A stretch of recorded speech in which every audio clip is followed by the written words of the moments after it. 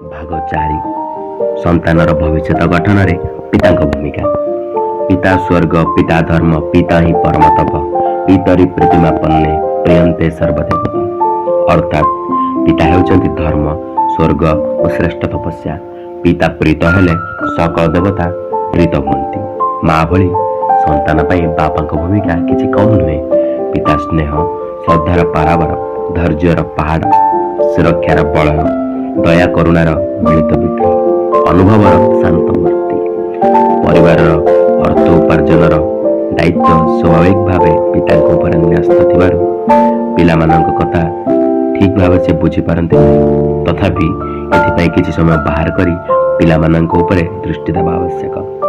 पति पत्नी मध्य जेपरि पिलार स्वास्थ्य, खाद्य, पोशाक विषय आलोचना हुए सेपरि शिक्षा विषय नियमित आलोचना हेबा आवश्यक।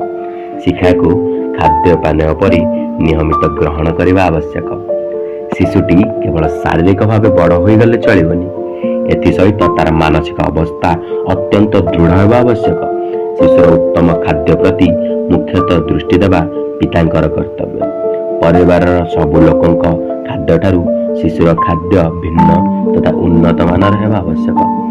पिला माने अनेक समय विभिन्न खेलना किंबा बाहर खाद्य पाई जिद करिथांती एवं दयालु बापा सांगे सांगे एई जिद को पूर्ण करिथांती।